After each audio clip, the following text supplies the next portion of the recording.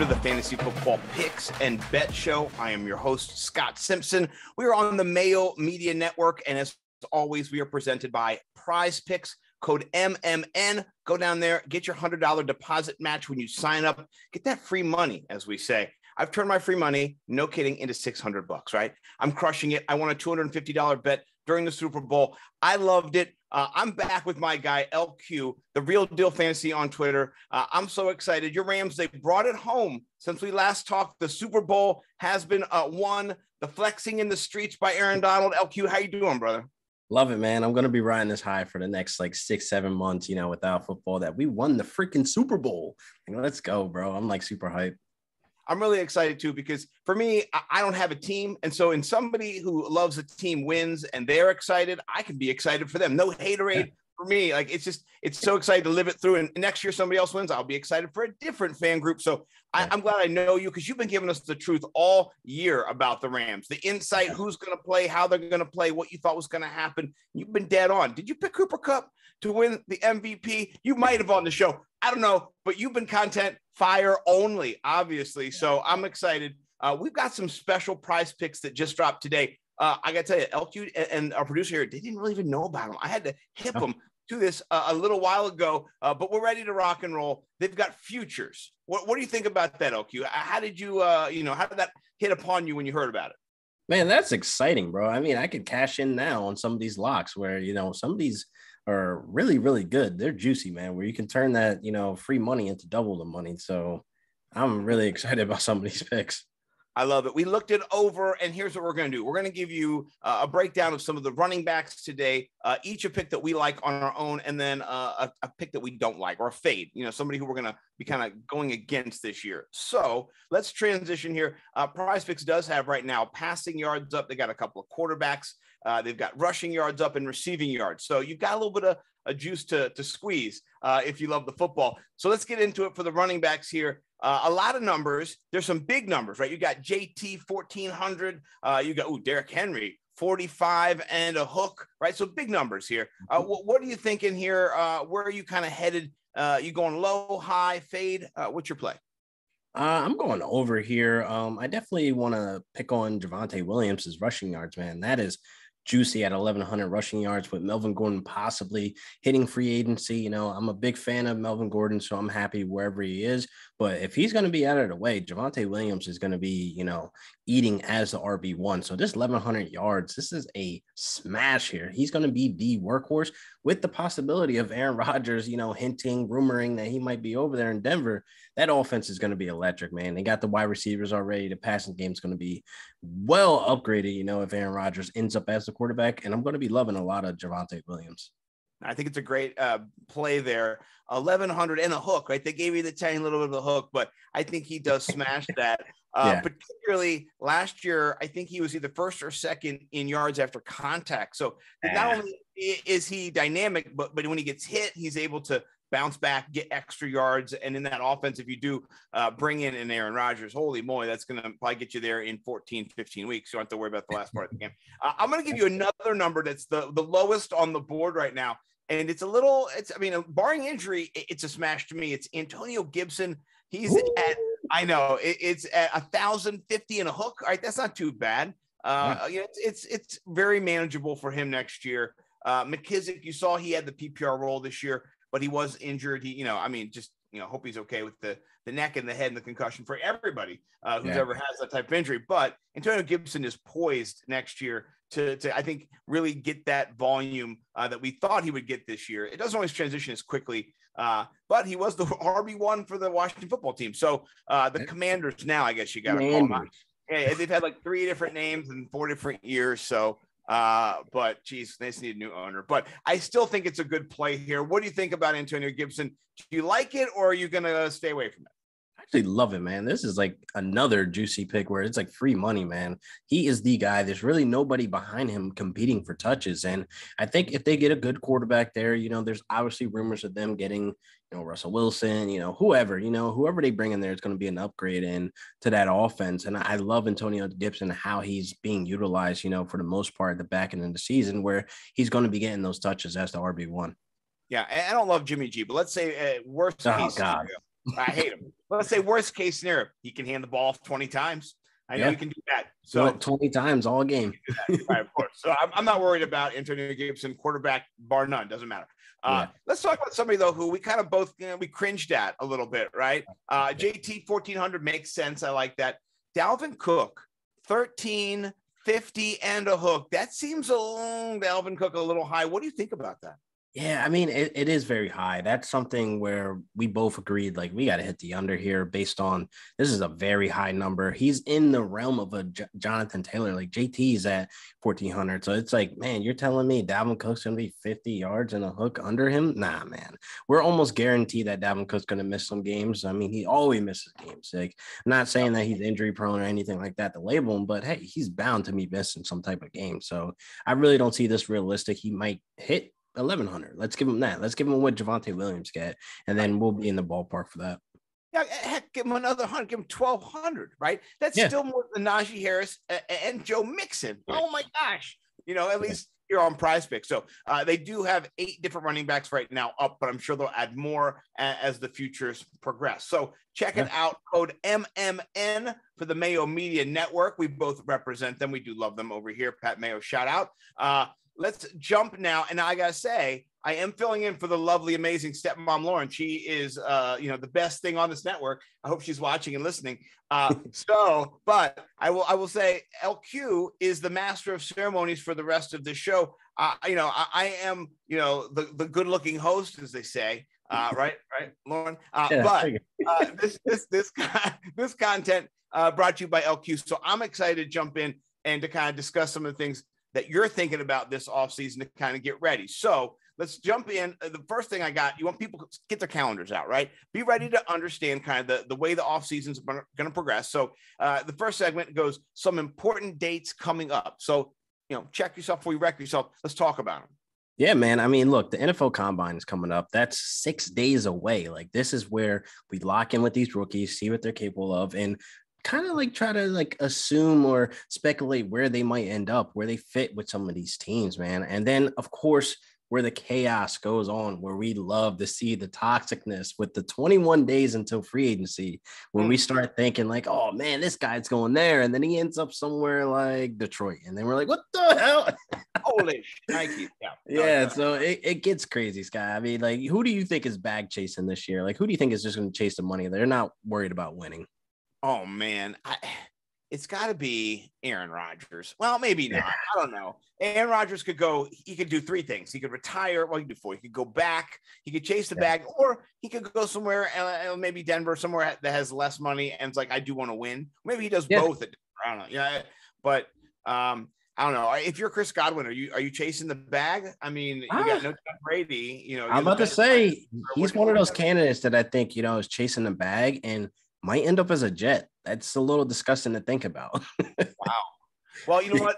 I love the wide receiving core over there with Elijah Moore, but man, Zach Wilson needs to become more consistent. That's the thing. Exactly. Consistency. That's the main thing for him to kind of get where he needs to go. Shout out his mom who lets me follow her on Instagram. So nice. Yeah. She's funny, man. She makes me laugh. So, oh my God, they look exactly alike, even though that is his mom. But like, it's like him with a wig on. Really, it's really funny too because she like does all these classes and it's always cooking, and I don't want to see that. I just want to see the content about her son because that's the cool stuff is when she's with him and behind the scenes with the Jet stuff. So, but I digress. At one more important date, 2 months away from the draft, right? The draft is far away, but 2 months away. Draft boards have been set, I'm sure, with some periphery ideas. The Combine's going to suss it out a bit, but that's coming up. I know you guys got your eye on that as well. Yeah, that is going to be amazing. Like, draft day is always a good day. I plan a whole day about it. I love day 1, day 2. Day 3 is not that boring anymore. You get to see where these late round guys go and they actually make a difference. They make an impact in year 1 sometimes. So that's always interesting to follow. But man, let's transition to some off-season news. There's been not that much news, but there's been some type of relevant news, when it comes to rumors and stuff like that. So Carson Wentz, he's coming up a lot on the feed and coming a lot would basically, likely be cut or traded. Like, what do you think that, the Colts do? I think the Commanders also, we talked about them needing a quarterback, could be in the Carson Wentz business. He did some damage against them in his heyday here in Washington. So that could be an option. I do think the Colts want to move on from him. He was just not very good down the stretch. He really played poorly. It was hard to watch. And if you were betting on JT, though, it was a little bit advantageous because JT was featured a little bit more. But still, he lost them the playoffs. They were going to go to the playoffs. Who did they lose to? The Jags? What? Jags. I know. I think they're like 0-7 or 0-8 in the last 8 games against the Jags or something. Maybe. That's disgusting. But still, not great for Carson. He went out with a huge whimper in Indy this year. So I understand the desire to trade him. I don't think they'll cut him, though. I think a quarterback who has been an MVP before didn't win a Super Bowl. And I think he played that year. I don't think they would have won the Super Bowl.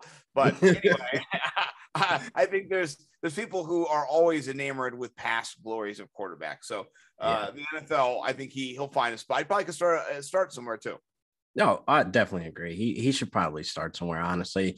I just don't think he lived up to Frank Wright's standards, but hey, what do you do, man? It happens. So you tried it, didn't work, got to move on. You know what I mean? But let's talk about his ex-coach, his buddy, I should say. Doug Peterson is said to be handling the offensive calls basically for the Jags offense. And that means, some positive things about, Trevor Lawrence and some upside there. Like, how do you feel about Dougie P taking care of the offensive play calling? I mean, what a massive upgrade from Urban Perspire. You know what I mean? He's just sweating it out over there every week, just sucking. It was terrible to watch. Like a floundering fish. Lawrence is out there getting filleted every week. So I think it's a huge upgrade for Trevor and the team in general, just to have somebody who knows what they're doing. I want to say a real leader on the field, a coach who commands kind of respect. And I think Lawrence will fit, perfect with him. I think it'll be great. His background with quarterbacks too. It's going to be kind of what you should have had before the first year. Urban Meyer, what a blight just on football. Sorry if you're an Urban Meyer stan, but oh man, it was brutal. It was really brutal. Not good, guys. Not good at all. Everything was bad about him. From the racist people he hired from the beginning to the way he conducted himself around women. I mean, it was not good. So bigger and better with Doug Peterson for sure. Yeah, because we actually seen a proof in the pudding that he could run an NFL team. Like, at least the offense was looking good. The run game has always been, multiple people back there. So that works out for Travis Etienne and, basically James Robinson back there. And I wouldn't be surprised they bring in a third guy, to be honest. You know what I mean? Like, we've seen Dougie P do that. Run the ball with discussion.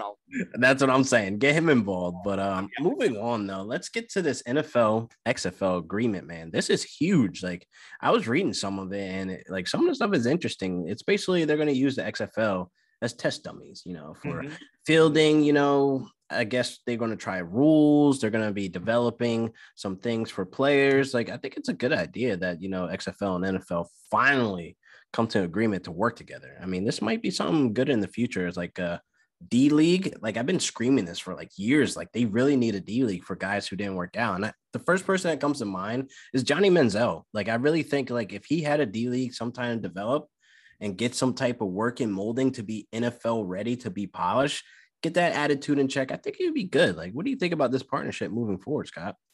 I love it.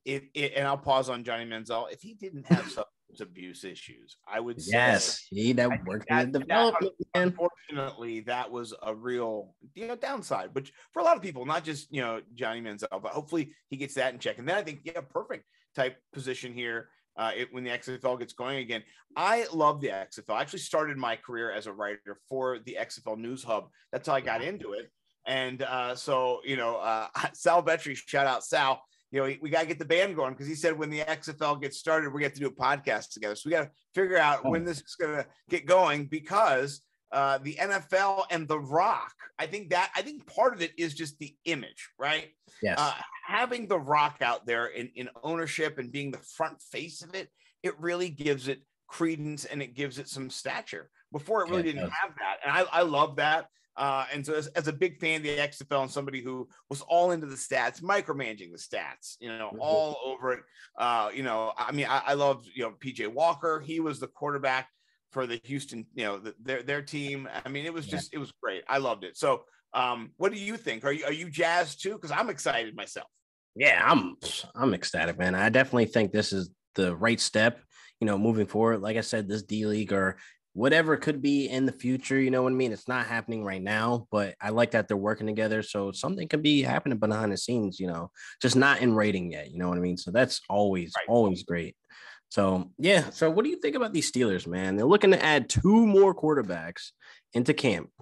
I mean, they can't go into this season with a freaking Haskins and a Rudolph. Like, no way they do that, right? They had to be in the sweet states of getting some type of veteran presence. Like, I don't know who they're thinking or what they're going to be doing, but they need a quarterback desperately, not Jimmy G. That sounded like the beginning of a nursery rhyme. It was like, and Haskins and Rudolph and Blitzen, Yeah, no, they do. They need to draft a quarterback. But no, I think I've seen the memes of Aaron Rodgers in Pittsburgh. What do you think about that? Do you think he would do that? Is that too wild of a thing for Aaron Rodgers? I don't know, man. Like he wants big money. That's the thing. I don't know if the Steelers do that, but we've seen the Rams go all in. They've seen, made some tricks. I don't know if Snead is a wizard or not, but man, how do you make the cap work? But I definitely think, I would rather him go to Denver, but I wouldn't mind seeing a Russell Wilson there. You know what I mean? Like that type of caliber guy. Yeah, that'd be great. I just want somebody better than Big Ben. And that's anybody who's not on their team right now. Honestly, their team right now is not good. Sorry, Big Ben wasn't great, but they're terrible. I mean, their quarterback situation is probably dead last in the NFL right now. Yes, yeah. Unless swinging helmets at people counts as a category, that's the only thing that they. Yeah, they're the forefront of. So now they're in big freaking trouble. Yeah, they're in huge trouble. They're in big trouble. I mean, is Jameis going back for sure to the Saints? Do we know that for sure, or is Jameis going to be out there? Is that how is that going to work? I don't know, man. I think if you bring Jameis back, it has to be on a deal that's like nothing too crazy. It has to be another 1-year deal type ordeal because Jameis actually started the season all pretty good. I mean, his stats weren't jumping off the paper, but he wasn't throwing a bunch of interceptions, which is saying a lot, you know what I mean? And week 1, he came out and threw 5 against the Packers. So I feel as though you haven't seen enough out of Winston if he can handle a full season of being consistent, winning games, and et cetera, et cetera. I think you throw in one-year deal. But if he was to be out there in the free market, I mean, why not, Steelers? Why not take a shot at him? I mean, he has that aired out attitude still. You see what I mean? And Sean Payton actually molded him to be some type of a cautious quarterback. Like we've seen him make some decisions those first couple of weeks where it was just like, okay, you wouldn't have done that before. You just would have aired it out to the defender and you've been done. I was impressed until he got hurt. He did play better this season, more controlled, more restrained, more mature, I did tweet out the beginning of his video, of his comeback video, looked like a Jordan Peele intro. It just had an eerie sense to it where he was like, did see that tweet. Look at me, and then he like backed up real quick from the camera. Yeah. Just like, he's so awkward in front of a camera. I know he is. He does it on purpose. But no, I think he's just an awkward person. You see him in the huddle where he tries to size people up, and it's just weird. You're like, I'm not great at it, but I'm better than that for sure. Yeah, I don't know if he's like that guy to be trying to hype me up before a game, to be honest. Like if he pulled his finger out and did the W sign and put it in his mouth, I'm walking off the field. Like, I'm laughing right now. I'm doing that gif of Jim Carrey going, oh. Yeah. So, I mean, whatever. But I like this. This is a fun portion of the show. I'm not going to lie. Yeah, man. I mean, this is going to be great when we get into this next segment, man. The free agency wish list. This is all speculation. This is basically your wish list of what you want to happen, what you want to see. I mean, I definitely want to hear about the guys that you want. I definitely want to hear about, why they should fit there. I mean, let's get into yours first. Oh, yeah. I saw yours. I'm not going to talk about it. I liked it. I had a different idea for the Chiefs, but I'll let you share yours. I love Allen Robinson, same division or same conference, actually, and division. Allen Robinson to Vegas. There's just a lot of targets there. They need a number one wide receiver. I know you could say they have one kind of Hunter Renfrow and then kind of Darren Waller, but imagine an Allen Robinson there to free both of those guys up for one-on-one coverage. Makes him even more lethal, and he could probably get you over 1,100 yards and he'd be consistent. Not Braylon Edwards, who's ratioing himself, talking about dropping things. And I mean, bro, come on, man. We watch football. Come on. I mean, he was said to be Terrell Owens and Randy Moss during camp, if I'm not mistaken. Right. If you remember that. Camp-itis. It's a real camp thing. Talk is dangerous. Right. Who cares? He's not on my Scott Fish team anymore. Let's move on. I didn't touch him at all. Yeah, no, thank you. But anyway, I think he'd be perfect on the Raiders, given their need for number one, with all the stuff they've gone through last year. I think it would cement it too. So what about you, though? I like you. You're with the Chiefs. Talk about that. Man, I got Juju Smith-Schuster going to the Chiefs, man. I definitely think Pat Mahomes needs a number 2 wide receiver. They need somebody that's already established, somebody that already proven on the field, on tape, on paper, that they can get it done as a wide receiver too. Mikael Harmon or whatever you say his name is. I don't look at him as the number 2. Yeah, I think he's like every now and again, like Pringle as well. Like, they have their once in a blue moon games. Like, you need a consistent wide receiver too, with Travis Kelce getting up there in age. And, Tyreek Hill is getting up there in age too. That speed isn't always going to be there. And not to mention, the Chiefs actually offered Juju Smith-Schuster last year to come to be a Chief, but he turned it down for loyalty to Big Ben, one last run, blah, blah, blah, which is stupid. But unfortunately, he got injured. So, yeah. So I definitely see him as a Chief. Never can predict that, but I don't think Juju changes much for the Steelers. I don't think they were a Juju away from anything. No. So, but the Chiefs could be. The Chiefs actually are in a position to need that. And I agree with you. Mecole Hardman doesn't have, just hear me out here. I'm not a critic. I don't play one on, I'm not a film grinder as Paul Howard. Are you one of those film grinders? I'm a numbers nerd. I'm Paul Howdy. No, I know. I get it, Peter. No, but here's what I can tell you. Mecole Hardman can run in a straight line really fast. He does not have the lateral agility and the juke button that Tyreek Hill has, so he doesn't replace him 1-for-1. So he's not as good. He's a downgrade at his size, and they need a bigger receiver. So Juju is a bigger possession receiver, can take the hits. Last year he did get hurt, but that's kind of, one-off. But he can take those hits over the middle with linebackers. So I like that. More of the, the old Sammy Watkins role. Yes, absolutely love it. And it's unfortunate Sammy Watkins didn't really find new life there. He had some games, but it was just like injuries again. Sammy Watkins, he would have been great if he would have been healthy all season, but sometimes that's how it shakes out. But let's get into your next one. I actually like this one. You said this one before we got on, and it made my mind wonder, like, holy hell, this is going to be one of those signings. It's like, this will work. I like it. Thank you.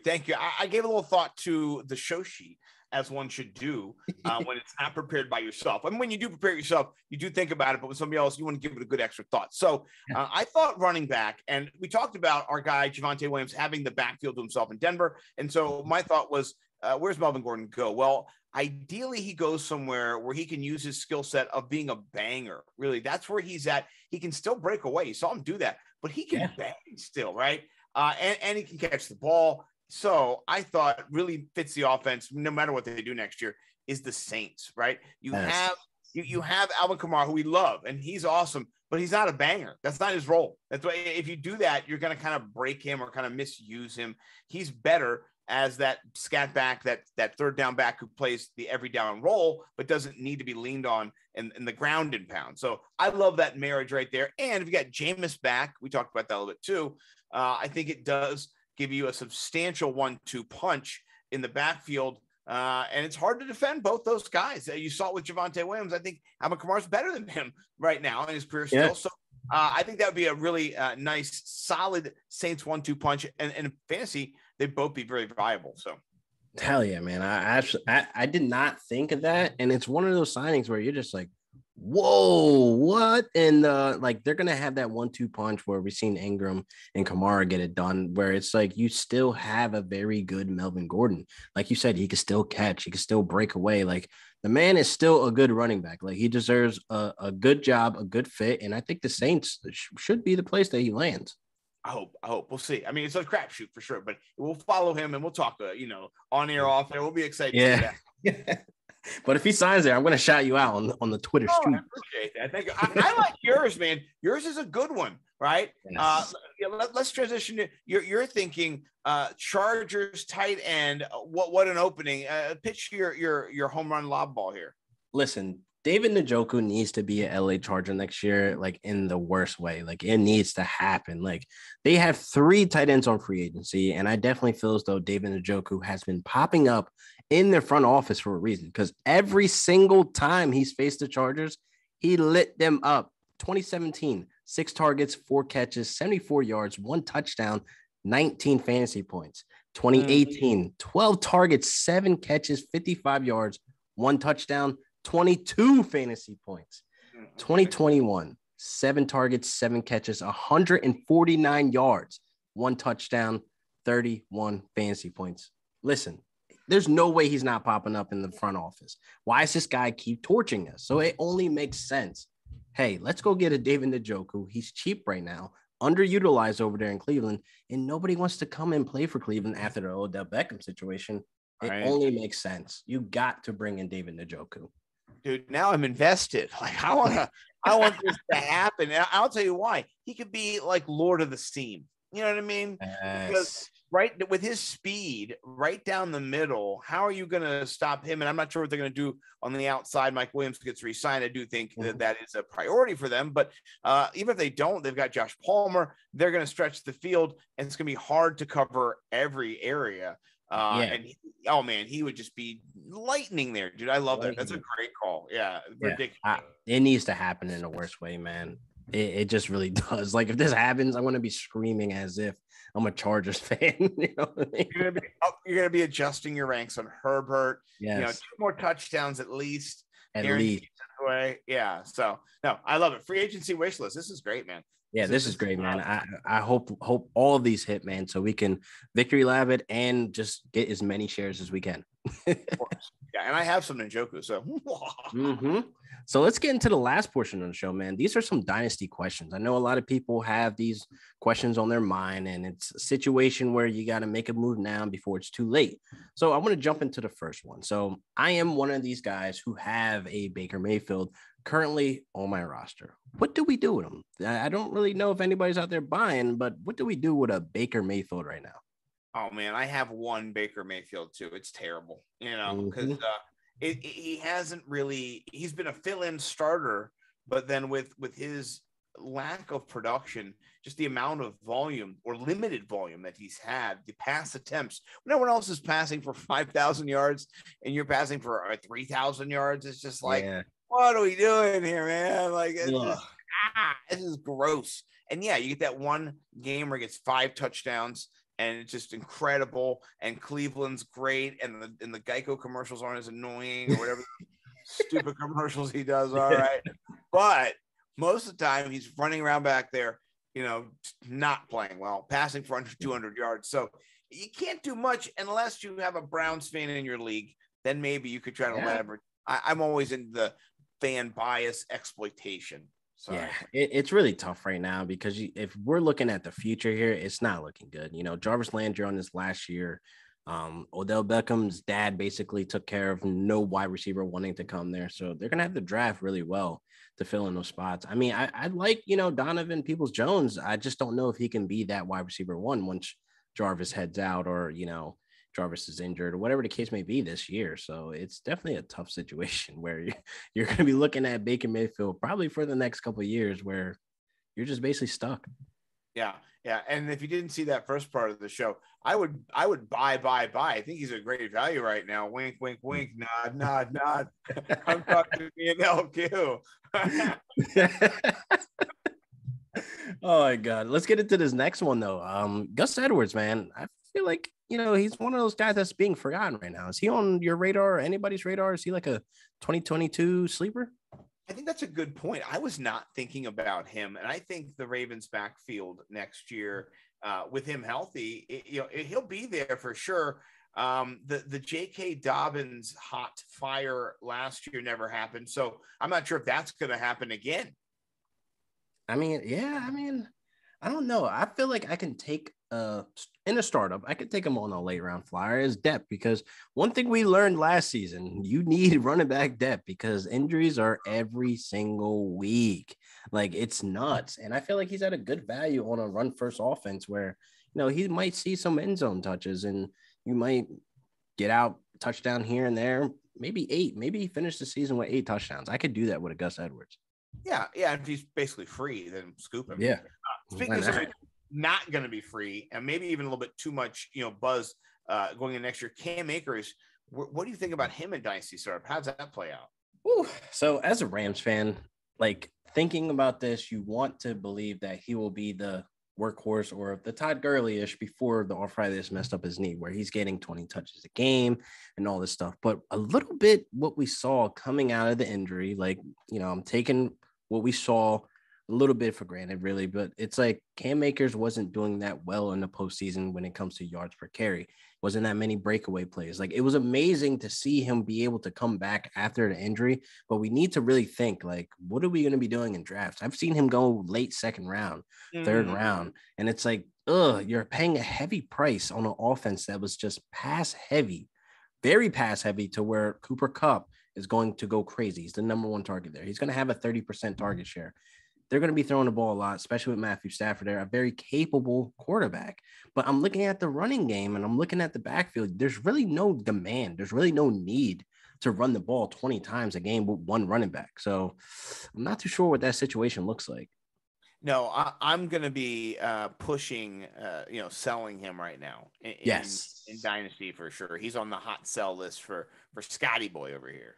Yeah, because he's going high in startups. And I feel like everybody's living off of the high of him returning back so soon from the injury, but not really taking a look at what we're really looking at. We looked at Darrell Henderson playing very well in the Super Bowl, actually, him coming back from injury, him getting passes out of the backfield. So you're left there with confusion of like, what is this backfield going to look like next year? And my hot take for the entire off season, it's going to be that we signed Sony Michel to a dirt cheap deal, and then we're going to be pulling our hair out trying to figure out what to do with Cam Akers. Avoid the Rams running back. Yes, absolutely. Yeah, before March 1st even hits, it's the truth. LQ, where can people follow you and find your work? Listen, you guys can follow me at Real Deal Fantasy. I'll be doing content here, of course, fire content with Stepmom Lauren and Scott himself, the legend Simpson, and I definitely love this show, man. We had a great time today. Oh, man, I loved it. Thank you for putting the show sheet together. It just made it easy for me to come to the show ready to rock and roll. I appreciate you. You can find me over at NimbleW Numbers on Twitter, nimblewnumbers.com. Not doing any writing for a while, taking a content break to be with the family, spend time with London. I'm excited. I'm not sure before the next show, but I think I'll be on, but I'm not sure it's going to be with you next time. But we're going to ring the bell soon for London's treatment to be all the way finished. So I cannot wait for that. It'll be just a great time. So, but follow him, follow me, please subscribe here on YouTube, do all the things you're supposed to, tweet it out, share it out, and then go sign up for Prize Picks. Code MMN, the Mayo Media Network. Get that free $100 deposit. We'll see you guys next time. Peace. Peace.